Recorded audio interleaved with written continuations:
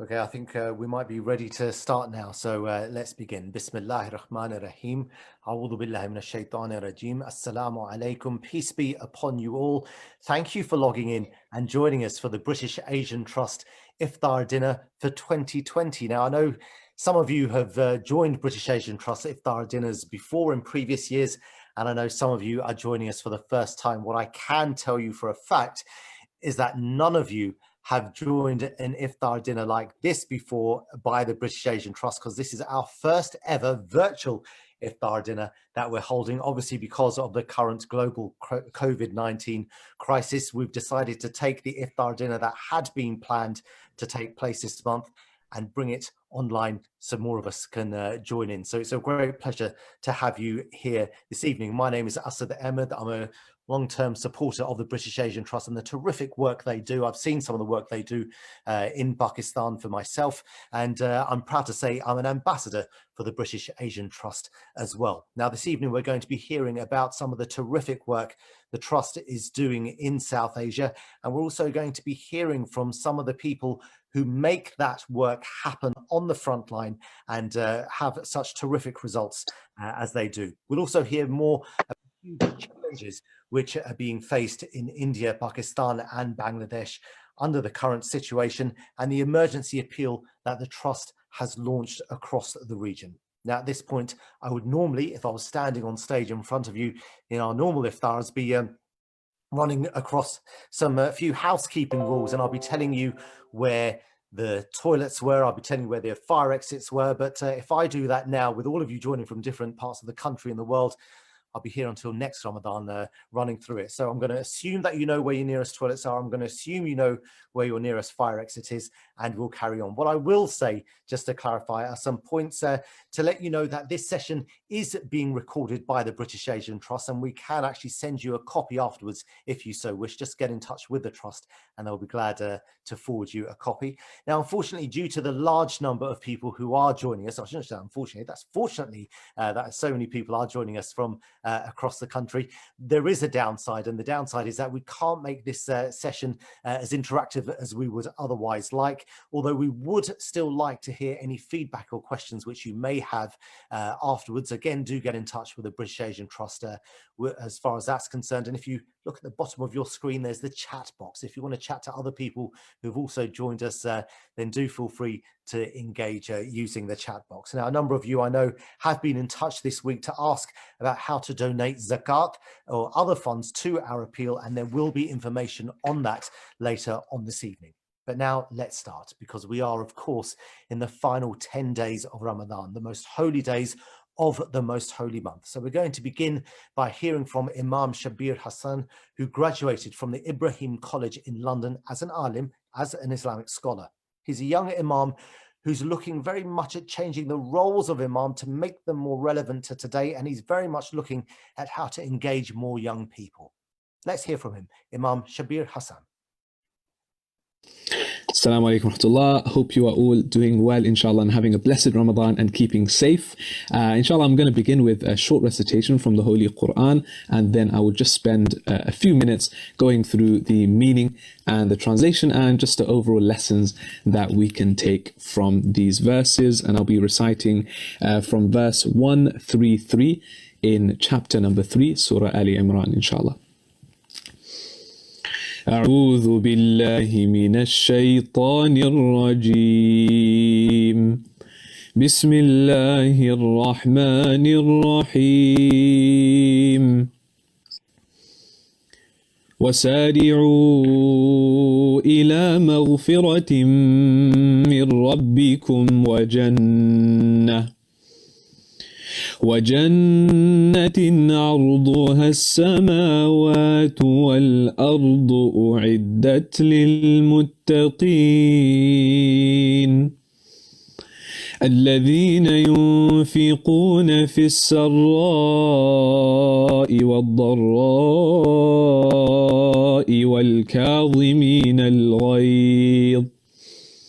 والكاظمين الغيظ والعافين عن الناس والله يحب المحسنين والذين إذا فعلوا فاحشة أو ظلموا أنفسهم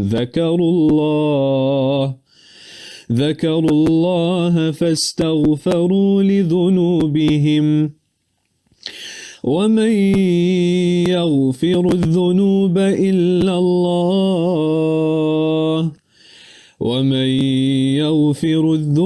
إلا الله ولم يصروا على ما فعلوا وهم يعلمون أولئك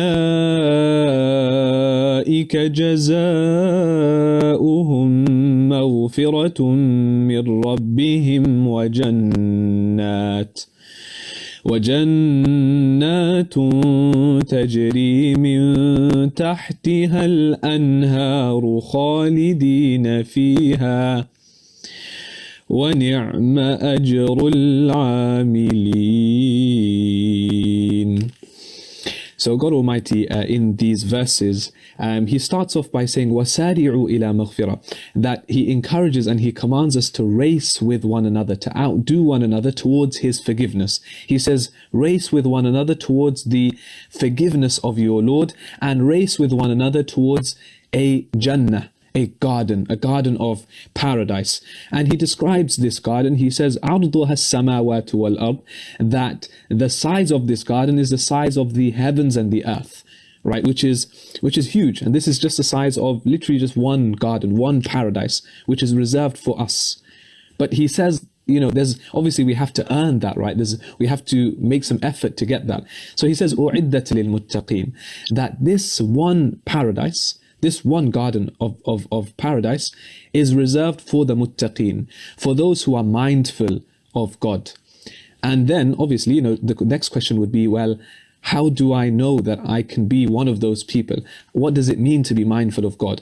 We would maybe want to know some of the qualities of those people. So God says in the following verse, الَّذِينَ يُنْفِقُونَ فِي السَّرَّاءِ وَالضَّرَّاءِ, the number one quality that He gives of these people who can attain this paradise are those who spend in His way. But not just they spend and that's it, they give some money here and there. He says, فِي السَّرَّاءِ وَالضَّرَّاءِ, they spend in times of prosperity and they spend in times of difficulty and hardship. And why is this important? Because there's, a group of people who perhaps may only give in charity and may only spend when really it comes to, moments where it's very difficult, they're being tested by God and, they know that they're facing difficulty and they need to turn back to God because they need His help. And that's when they would spend for His sake. And others, they would only spend when they have a lot of money, but when they don't have money, they don't have much, they don't want to give anything.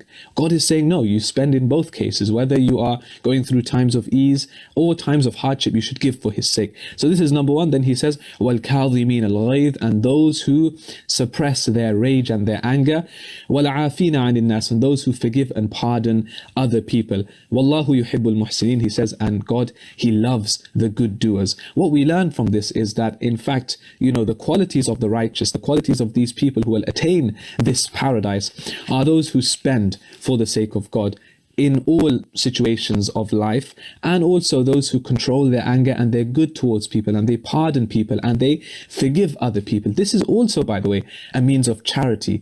And all of these things that were mentioned, involve other people. Giving in charity, it involves helping your brother or your sister, controlling your anger and forgiving others, is a means of mending ties and is a means of bringing people together. So these are some amazing qualities which I hope we can reflect on and, hopefully bring in to our lives, especially in these blessed days, to bring into our lives, inshallah, and to act upon. And we should, spend for His sake in all situations, inshallah. Thank you very much. And I hope you have a blessed event and webinar, inshallah. Assalamu alaikum. Wa alaikum assalam wa rahmatullah. Imam Shabir, thank you very much for that recitation of the Holy Quran and the translation too. Now, Ramadan 2020 has had its challenges, to say the least, probably more than any Ramadan for decades, maybe even centuries, some might say. And the British Asian community has certainly been on the forefront of trying to overcome those challenges. Certainly here in the UK, we've got doctors, nurses, key workers, and those involved in community services up and down the country. But now we also need to stand together and remember our friends, family, and strangers, it has to be said, across South Asia too, like never before, to ensure that they have the food, the medical supplies, and anything else they need just in order to survive. Now, the British Asian Trust is at the forefront of trying to ensure that exactly that happens. And we're also pleased to have received messages of support from well-wishers and supporters from across South Asia. We're going to share some of them with you now. We'll start with this first message, which is an important one, and it's come from Lahore in Pakistan. Hi everyone, this is Wasim Khan, the Chief Executive of the Pakistan Cricket Board, currently based here in Lahore. I know the situation in the UK is pretty challenging, pretty tough at the moment. We've been in lockdown for about 5.5 weeks now in Lahore. Things are going okay. I think we're coming out on the other side. Like everywhere else in the world at the moment, it's very important that we make sure that we are on the right side before starting to ease things. And certainly that's a challenge, I think, for every government in every part of the world. So during these times of lockdown, I try and keep myself active. I get onto YouTube every day, look at various fitness exercises that I can do. I think that, you know, a healthy body, healthy mind, I think it's important, particularly with the stresses and the strains and the mental challenges that we all face from being cooped up inside, no interaction with people, no real engagement apart from sitting on your phone and texting and calling. So I think it's really, really important that people keep a good regime of exercising. Don't underestimate that, particularly during Ramadan. I think in the evening times, there's opportunities just to do a little bit of exercise or go for a little walk, if it's possible to do that where you are, where there aren't other people around. But please do maintain exercise during these difficult times, particularly if you're starting to feel the strain mentally. Lots of things getting on top of you. You're not starting to feel great. You're feeling isolated, and there's no better way to actually start to feel better than to release those endorphins, get some exercise, start to be a little bit active during this time, and always try and keep a positive mindset. And I think that that's really, really important during these times. That try and reframe things in your own mind. When you find yourself, falling into a negative spiral, try and think of reframe it in your mind and try and think of it in a better way. I always try and do that, and I find that it helps massively. It certainly affects your mood in terms of whether you feel good about yourself or bad about yourself or bad about the situation. So please do try that. Stay active. It's really important that, particularly to all our friends, all the supporters in the UK, that you continue to support the South Asian Fund, the emergency fund that's set up to support COVID victims around the world, particularly in these regions. I've seen firsthand how difficult it is to get aid into the right places. But if you're working with the right organisations, such as the British Asian Trust and their partners on the ground, you know that the money that you give will get to the right places and positively impact people. That's exactly what we want, and that's what we want to do. Use this Ramadan not only to reflect about yourself, but also to really start to think about others. I think that if you look at it constructively and you look at it positively, for me, what Ramadan has helped me do is two things. One is to really focus in on my spirituality, because I'm working from home. There's no distractions in the office. I can observe my prayer times. I can read the Quran. I can do all the things that I want to do in an ideal Ramadan. So I've now been able to do that. And secondly, gives you an opportunity actually to really understand and respect and appreciate all the things that you do have, but also think about others less fortunate as well. We give zakat during Ramadan. It's going to be needed more so than ever. So please do give graciously do give to causes such as the British Asian Trust, because you know your money is going to get to the right places. And that's really, really important during this time. So stay safe, stay well, stay strong, stay resilient, and make sure you exercise, make sure you keep a positive mindset, and inshallah we'll all come out on the other end of this. So take good care of yourself. Take care. Bye. Our thanks to Wasim Khan, the Chief Executive of the Pakistan Cricket Board, acknowledging the difficulties many people are facing mentally and physically, and coming up with some tips there as well. And most importantly, towards the end, they're saying how the British Asian Trust, with the British Asian Trust, you know your money will get to the right places. Our thanks to the support from Wasim Khan. Well, our next message comes from someone who I'm glad to say is a fellow ambassador of the British Asian Trust. He's a huge supporter of the work being done internationally. He's got an international reputation for himself. You'll know who he is. Here is Mr. Rahat Fateh Ali Khan. एक दिली तौर पे आप सब लोगों से appeal करना चाहूँगा कि जितने भी ब्रिटिश एशियन ट्रस्ट के सपोर्टर्स हैं उनको मैं ये ज़रूर कहना चाहूँगा कि अपने जितने भी एहतियात हैं वो emergency appeal for south Asia में अपने एहतियात दिल खोल के दें, क्योंकि ब्रिटिश एशियन ट्रस्ट ने बहुत अच्छे काम किए हुए हैं और जो कि आप सब लोग बहुत बखूबी जानते हैं। और ब्रिटिश एशियन ट्रस्ट एक ट्रस्टवर्दी अदारा है, इसमें अपना एहतियात दिल खोल कर दें। Many thanks, my fellow British Asian Trust Ambassador, Mr. Rahat Fateh Ali Khan. Now, as you can tell from just those two videos we've seen, the British Asian Trust is always fortunate to attract the support of distinguished guests and speakers. So next, I'd just like to welcome the Minister of State for the Commonwealth and South Asia, the Right Honourable Lord Ahmed of Wimbledon. Bismillah ar-Rahman ar-Rahim. Assalamu alaikum wa rahmatullahi wa barakatuhu. Thank you so much, Asad, for your kind introduction. It's a huge pleasure to join you all today.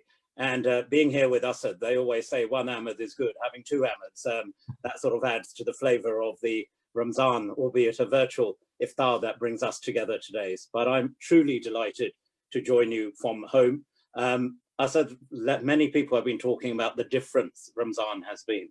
And like all, it's been a very different challenge for me. I'm Minister of State for South Asia, and I can tell you, whilst I've been at home, it's been extremely busy. We've been working across the clock, around the clock, and ensuring that we get a lot of people back from South Asia who've been stuck in various parts of Pakistan and India.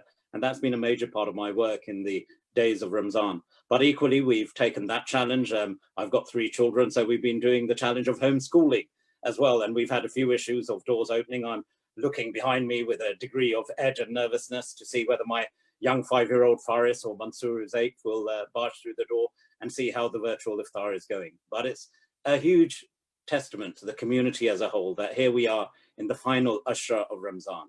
And all of us have seen a very different kind of Ramzan. We're used to getting together with families and friends. We're used to going to the masjid for Tarawih. Yet this Ramzan has not allowed us to do that. Yet, as we've heard already, it's been a Ramzan where the true tenets of Ramzan have come to life. Those of sacrifice, those of charity, those of prayer and reflection. And the final Ashra, that's where our focus should be. If one lesson we've all learned is the real strength and the interdependency of humanity.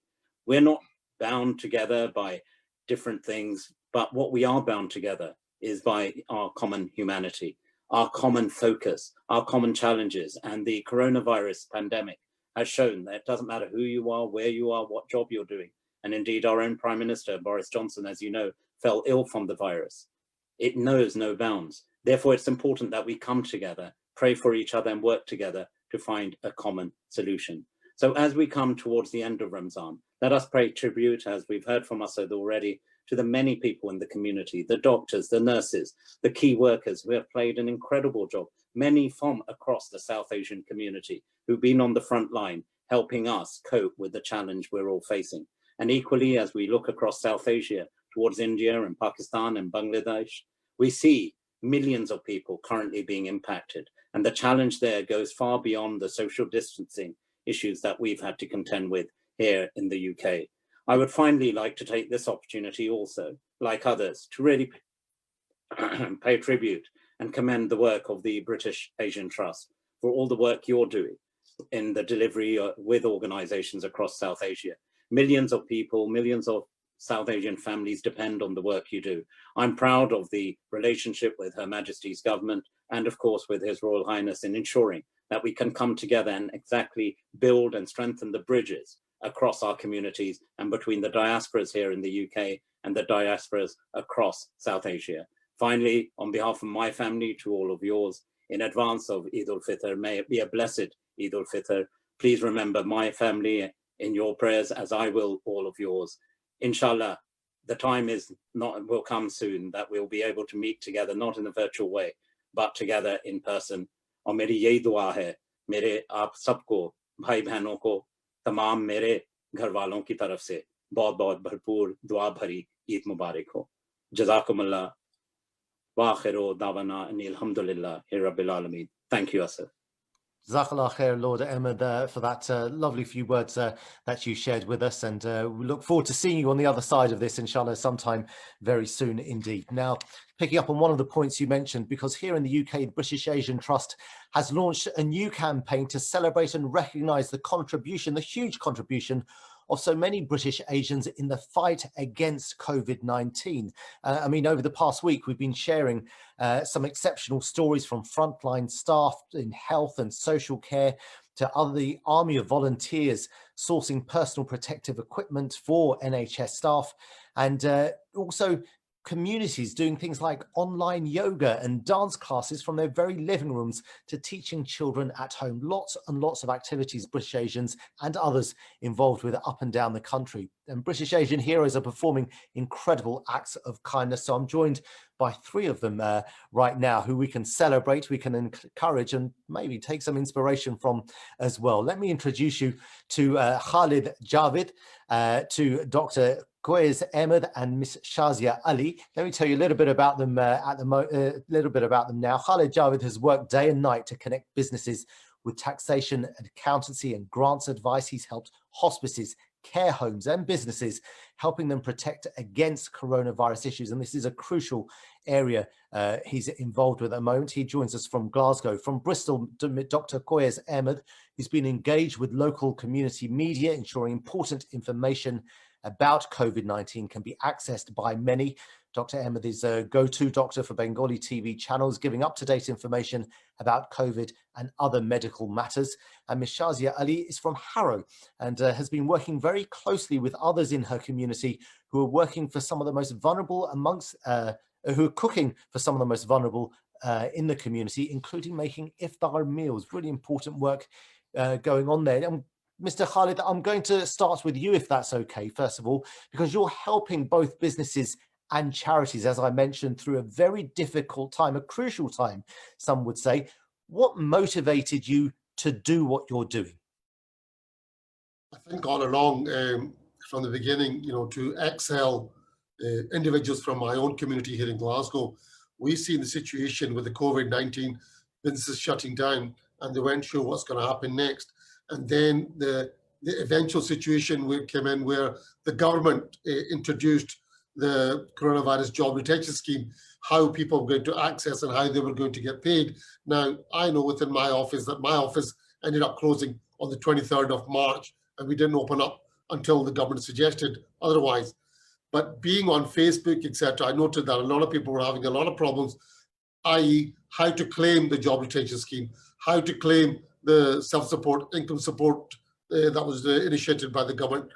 And what had happened that I would wake up in the morning at 7 o'clock and my phone would start ringing, Facebook would start coming on. So from time to time, I had to advise a lot of people that how to go about making that claim. For my own particular clients, I myself had to come into the office and make sure that the applications of the 80% job retention scheme application was made, that they can get the funds in time to pay their staff who would have not had any salary at that moment in time. And to a lot of them, it was very, very difficult to get all this information out to HMRC and get the money in. But the end of the light at the end of the tunnel was when you sort of phoned the client back and said, have you received your money? And when they said yes, it was a blessing in disguise under the extreme circumstances when businesses are closed, when individuals who work in those businesses cannot get paid as the businesses are closed. So with the help of the government, we made sure that everybody was able to survive. Survival not only meant paying their gas and the telephone bills, but survival also meant that their daily bread, whatever they were buying, that they had enough money to do that. Although mortgages and various other things could be stopped, but the element of feeding every day could not be. So as I said again, it was a blessing in disguise, the job detection scheme initiated by the current government. And it is crucial what you're doing. It's a difference between businesses being able to get through this period and charities and not. A very UK issue you are dealing with. I'm just wondering also, Mr. Javed, your thoughts about what's happening in South Asia, in Bangladesh, in India and Pakistan, and the different problems they're facing there. I think all along, South Asia has always faced problems with growth, problems with human development, problems with accountability, things that are happening there, problems with civil conflicts within the community.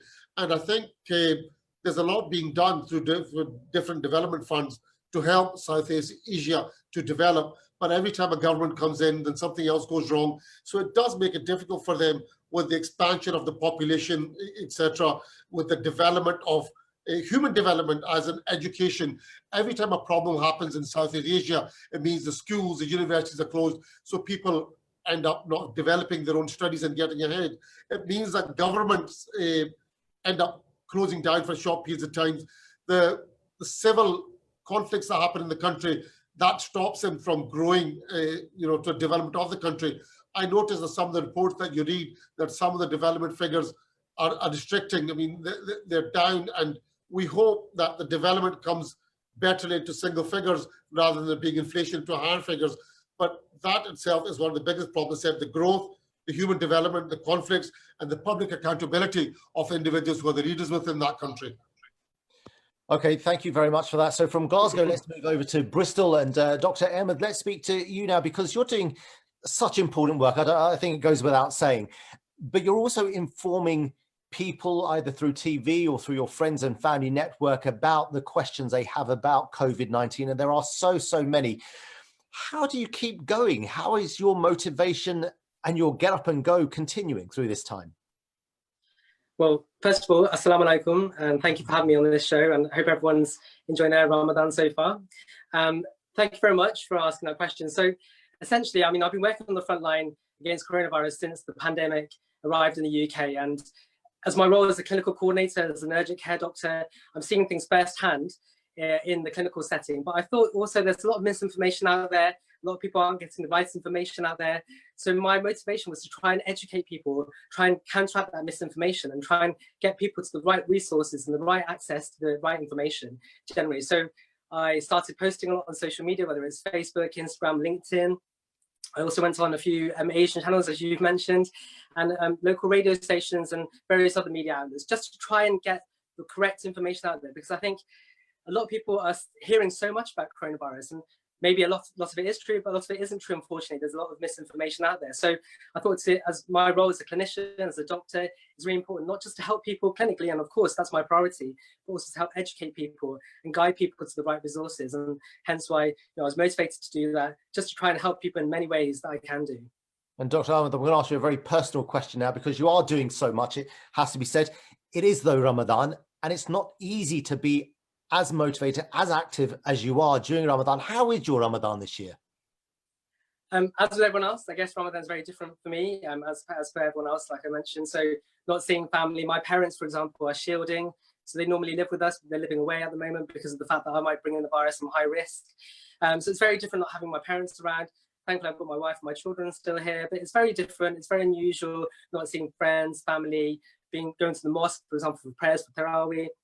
So it's quite unusual, but at the end of the day, still I'm able to focus more on prayers and reading the Quran and just focusing more on the spiritual side of things. But again, I guess it's just trying to make sure that I can actually help people in as many ways as possible, whether it's clinically in my day job or in my evening job, as I work evenings and weekends as well, or whether it's through social media and various media outlets. But my motivation is really making sure that I can help, engage and inspire as many people as I can.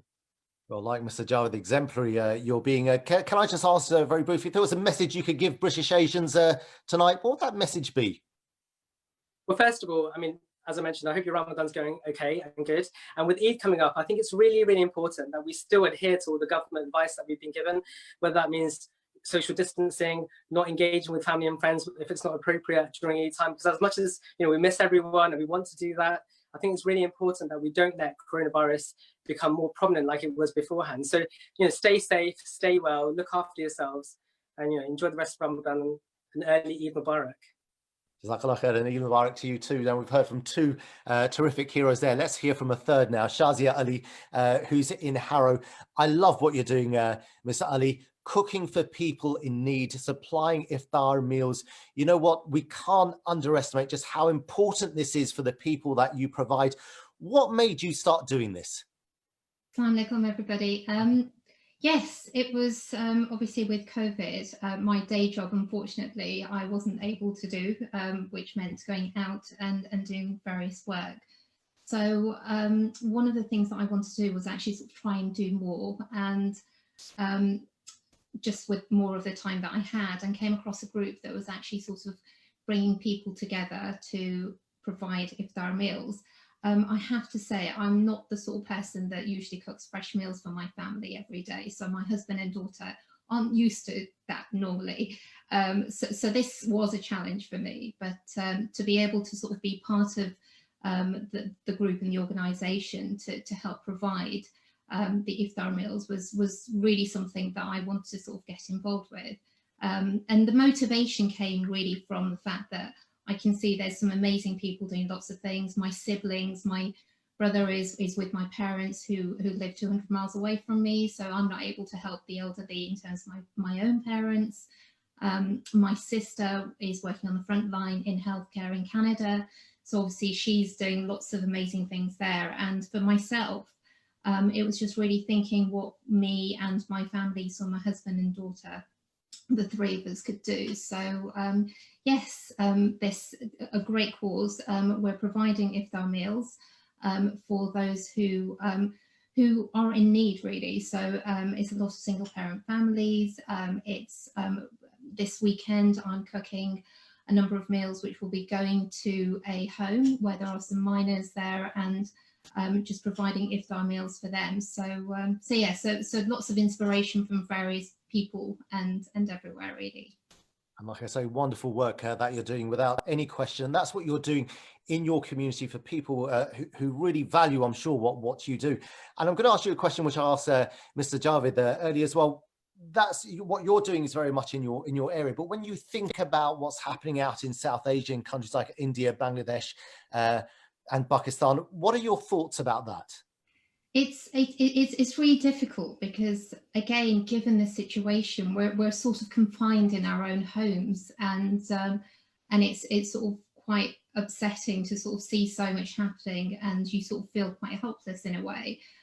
So I think it's great to have so many different organisations such as the British Asian Trust that offer charities and routes in to sort of help in the South Asian countries. And also I think it's really important, as is happening in the communities here, just to sort of see the lessons being learned where people are coming together. I think it's time to sort of just look beyond any differences and come together and try and sort of support one another and grow.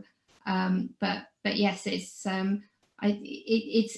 quite difficult. So I know a lot of people who shield themselves from some various news sources just because it's quite frustrating in a way that you feel like you can't do anything. But again, sort of having all these different sources that we know are out there to help, it's good to be aware of those. Yeah, no, thank you for that. And once again, Shazia Ali, Khalid Javed, Dr. Koyers Ahmed in Glasgow, London and Bristol, thank you so much for all the work you're doing for so many people, not just British Asians, for everyone that you're helping. It's so much appreciated by all of us. I wish you a successful Ramadan and Eid Mubarak to you all, and Jazakallah khair for everything that you're doing. Thank you for joining us this evening. Thank you. Now, we've just heard from three heroes there. I think everyone will agree that they are genuine heroes, but there's no shortage of heroes, it has to be said, in the British Asian community. I'm going to introduce you to one more now. Mr. Sulaiman Raza is the founder and chief executive of Spice Village Group, one of the most celebrated Pakistani food brands, which recently was rated among the top 20 restaurants in London by the Evening Standard newspaper. Now, what Mr. Raza has done recently is founded the 1 Million Meals campaign to support NHS staff and key workers fighting COVID-19, and his Million Meals campaign is strongly backed by some high-profile people. One of them you've probably heard of. He's called Mr. David Beckham. Well, Mr. Raza is also a Founders Circle member of the British Asian Trust. I'm glad to say he's with us this evening. Thank you for making time for us. Salaam alaikum, Mr. Raza. And I was wondering if you could tell us a bit more about your campaign, the 1 Million Meal campaign. Thank you so much, Asad, for having me, first of all, and Ramadan Mubarak to everyone who's listening today. So the 1 Million Meal campaign has born out of the British compassion in the face of coronavirus pandemic. It's born out of the simple thought there's thousands of people who are dying and affected due to this disease, and there are thousands of key workers who are trying to protect us from this disease. So as soon as the coronavirus landed in the UK, there was a lot of news on the media that the lot of NHS staff and key workers are complaining about lack of nutritious meals, especially working after long 16 to 18 hours grueling shifts. So that really touched us. And at the same time, these key workers are the fundamental part, and they have been protecting us against various diseases in the past. So we thought how possibly we can support them by bringing our network together and make them realize we're here for them and appreciate what they're doing for the nation. So being a foodpreneur myself, I realized how much difference I could make by providing these nutritious meals to these hungry doctors, NHS staff, and key workers. And as we could see, there was a live demand coming in. Initially, we thought we would only be able to serve our local hospital, probably within our immediate vicinity. But as we saw and we dig deep into it, we realized the demand is coming from all over UK. So I started contributing and donating from my own establishment initially, and then I started encouraging other restaurants and food brands to join hands and start contributing. And while we were doing that, we had a lot of questions asked that whether NHS has got billions of pounds and they can afford it, and the NHS staff is well paid, and probably they don't need our support. But I think they were forgetting that this is a war against an enemy which we can't see, and then these people are fighting against this coronavirus, where they don't even have time to have a break, or they can't even go out for shopping. So it's a money can't buy scenario. So that probably motivated us. And then my co-founder Arif came in, and he also wanted to join hands. So we thought, let's do something on our part where we can contribute towards this. Now, what I have to ask, and just very briefly, because time is running out, is you've got support, some very high-profile support, and I have to say David Beckham has supported you as well. How do you get him involved? Yes, we've been very fortunate to have the endorsements from David Beckham, who has been a great friend of mine, and then he's been doing enormous work for the NHS during this pandemic. And then we also got likes of James Khan, CVE. We've got some Bollywood actresses. We've got Justice Minister Chris Phillip. We've got Adil Rashid, cricketer, England cricketer. But we believe there's a long way to go, and this is not it. We've got a huge task on our hands. 1 million meal is a very big ask for us, and we got to seek the support from the general public, because without the general public support, it's not all about us. It's about having the support from everyone, for them to volunteer, partners, create partnerships with the businesses, as well as ask celebrities, more and more celebrities, to join the campaign and influence general public to donate towards the cause and help us deliver these 1 million meals to these key workers who are struggling and fighting at the front line, trying to protect precious lives. Jazakallah khair for all you're doing, Mr. Sulaiman Raza. Thank you for your time this evening, for explaining what is a terrific campaign, the 1 Million Meals campaign, which I'm sure we're going to hear more about as well, and for your support of the British Asian Trust, which continues throughout the year. Thank you so much for that. Now, we're just going to move on now, because something I want to draw your attention to is the fact that in countries like India, Pakistan and Bangladesh, so many people live on wages earned day to day. In Pakistan alone, a third of people earn their living like that, just on their wages which they've earned that day, not through savings that they might have, not through money they've got tucked under a sofa. It is just what they earn that day, and that's caused its own problems during this COVID-19 crisis. It's meant that wages have stopped, which means it's not been possible to buy food, which means it's also not been possible to buy medication for those who need it most. Well, that's why British Asian Trust has been working with trusted partners in Pakistan to try and ensure that those living in extreme poverty are able to buy food and have access to medicines as well. One of the partners is the Indus Hospital in Pakistan. It's part of the Indus Health Network, a countrywide network of hospitals and primary care centres giving free quality treatment to anyone who needs it. Now, the following film just demonstrates some of the work that they've been doing over the past few weeks, including providing free screening and testing for COVID-19. And it starts with a few words from consultant Dr. Saima Salman.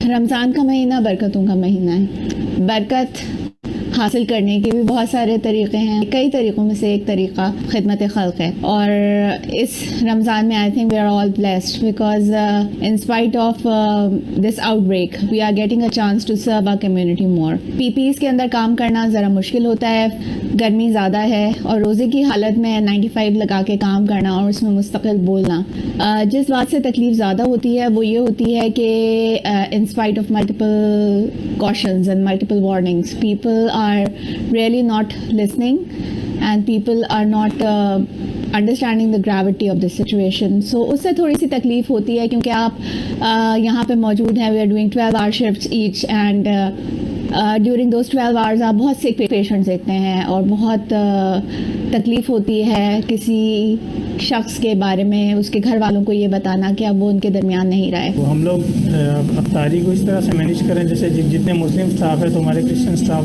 उनको जो है ना वो release कर दें अफ्तारी के time पे। Emergency हमेशा स्टार्ट से ही हमारे लिए टफ रहा है, तो अब तो हमें अल्हम्दुलिल्लाह इस चीज़ की आदत हो गई है कि रमज़ान हो चाहे रमज़ान ना भी हो, हमारा स्केड्यूल ऐसा ही रहता है।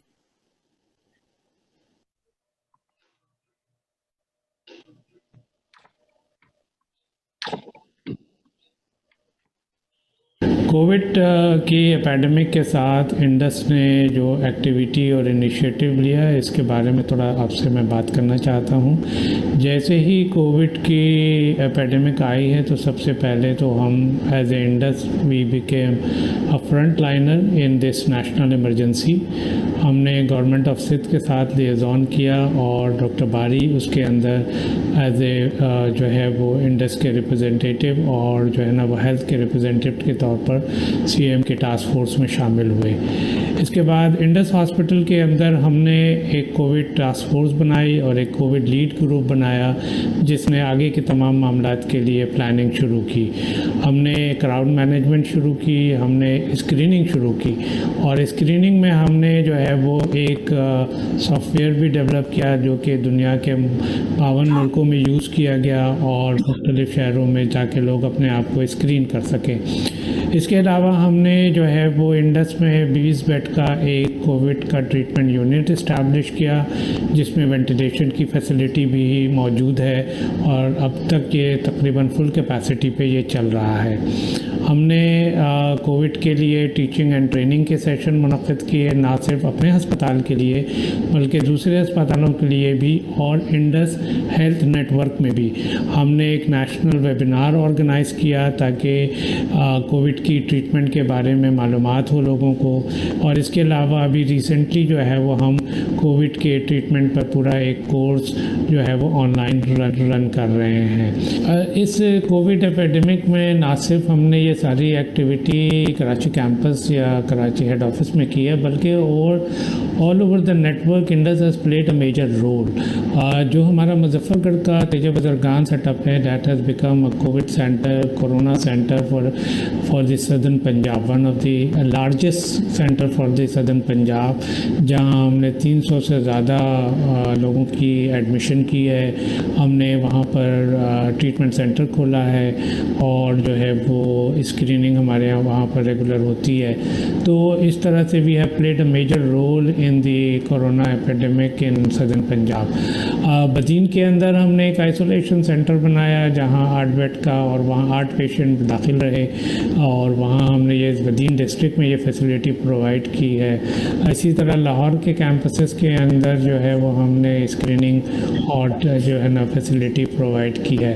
तो Indus has played Indus major role in the identification, treatment, education and research in the COVID epidemic, और इंशाल्लाह हम आगे भी इस एपिडेमिक में अपना रोल अदा करते रहेंगे, not only for the treatment but also for the research and education.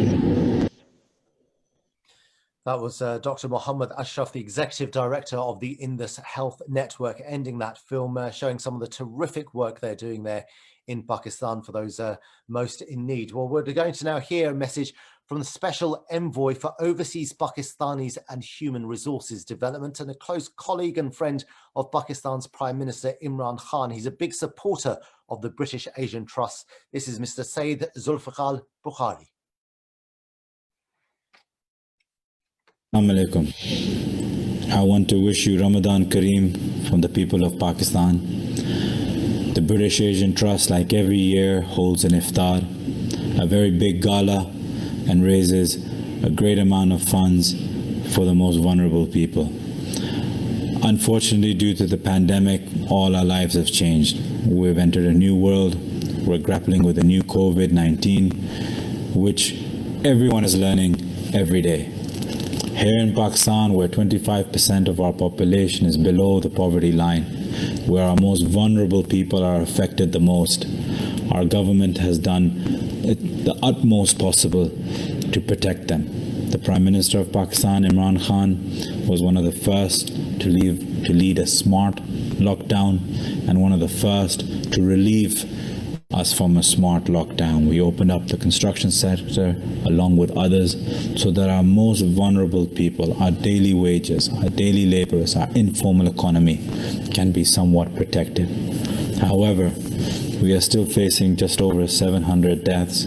I know this is a lot less than a lot of the Western countries, but this is an evolving situation and can go anywhere. I want to today thank the British Asian Trust for inviting me to talk and to speak to you and reach out for their emergency appeal.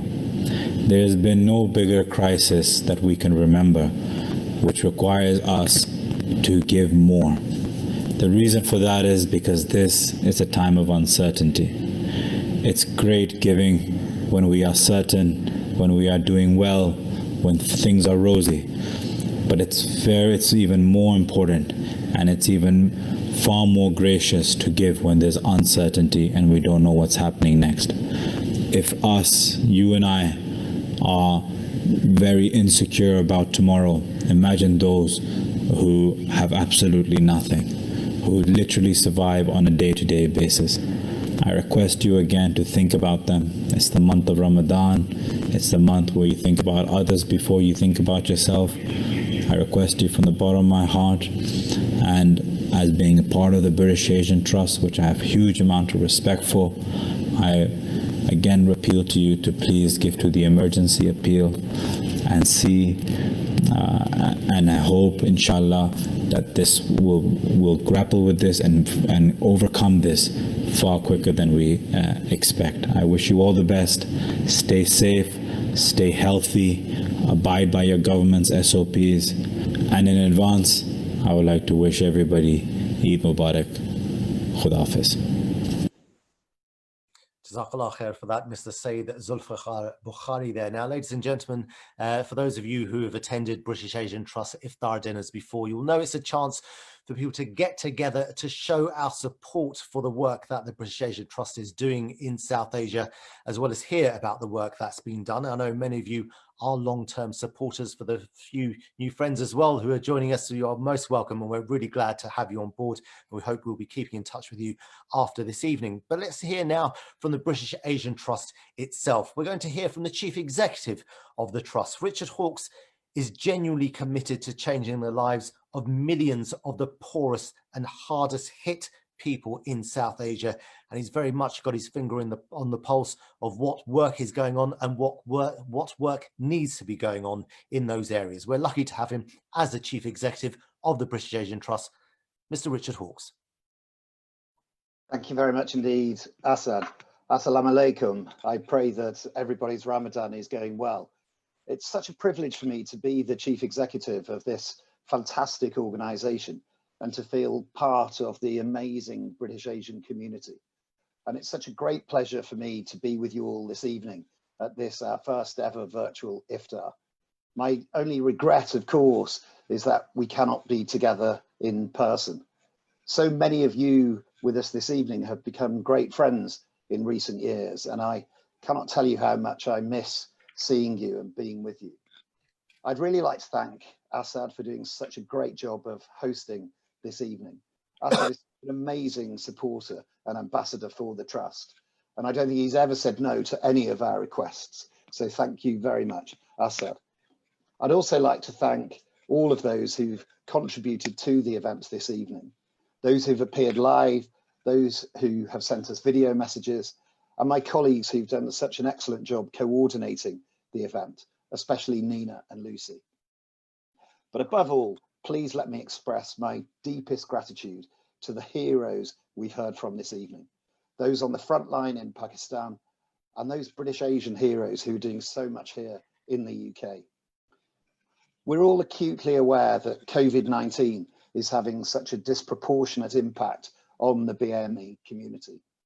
It's crucial that we get to the bottom of this and properly understand why this is the case. And you'll be pleased to know, I'm sure, that the British Asian Trust is working closely with the government, with Number 10 and with Public Health England, inputting to the review on this issue and ensuring that British Asian voices are heard. As someone who's not a British Asian, I've been incredibly struck by the incredible efforts that so many of you are making as the country tries to deal with this terrible virus. Often understated and not getting the right levels of publicity or gratitude. British Asians are at the forefront of the NHS, the social care system, and the wider community in doing so many things that are really showing the absolute best parts of this country. It's quite remarkable that so many people are contributing in so many ways. And that is why we launched our British Asian Heroes campaign that will keep promoting this in the weeks and months ahead. One person above all others who's recognised the importance of the British Asian community in the battle against COVID-19 is Prince Charles, His Royal Highness the Prince of Wales, the royal founding patron of the British Asian Trust. And it now gives me great pleasure to introduce a video message from His Royal Highness. Ladies and gentlemen, the current public health crisis is a challenge which confronts us all, in every community and in every part of the world. In the United Kingdom, I know that the British Asian community is playing a vital role in the response to this crisis, whether in the NHS or as key workers in other roles, or through the wonderful work being done by volunteers and local initiatives through temples, mosques and gurdwaras to support all members of all communities. I know too that the British Asian community is deeply concerned about the welfare and well-being of people in South Asia, where this pernicious virus and the disruption it causes is having such a profound effect on the lives and livelihoods of millions. With this in mind, as the royal founding patron of the British Asian Trust, I wanted to lend my support to the launch of an emergency appeal to help those who are suffering most across India, Pakistan, Bangladesh, and Sri Lanka. I started the British Asian Trust 13 years ago with the help of members of the British Asian community to support those in greatest need in South Asia. Over this time, the Trust has supported nearly 5 million people. Today, to play its part in responding to this pandemic, the British Asian Trust, in partnership with local organisations and governments, is ramping up its work to support the daily basic needs of the poorest and the most vulnerable. Across the region, an estimated 40 million children are in need.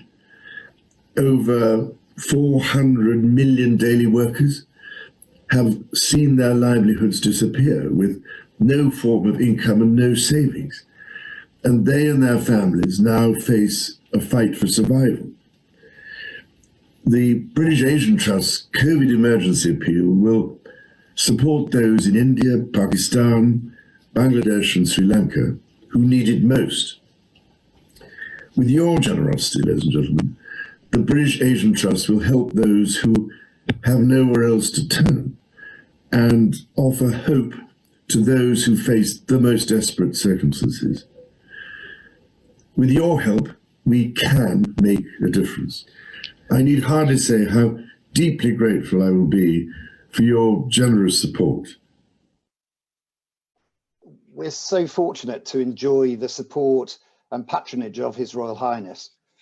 As you will have seen, he cares so much about this community and about the whole South Asian region.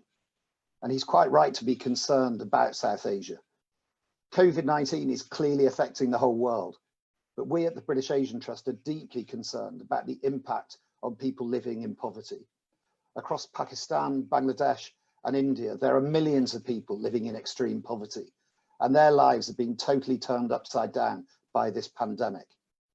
From a health point of view, we've not yet seen the full impact of the spread of the virus or death rates in the region.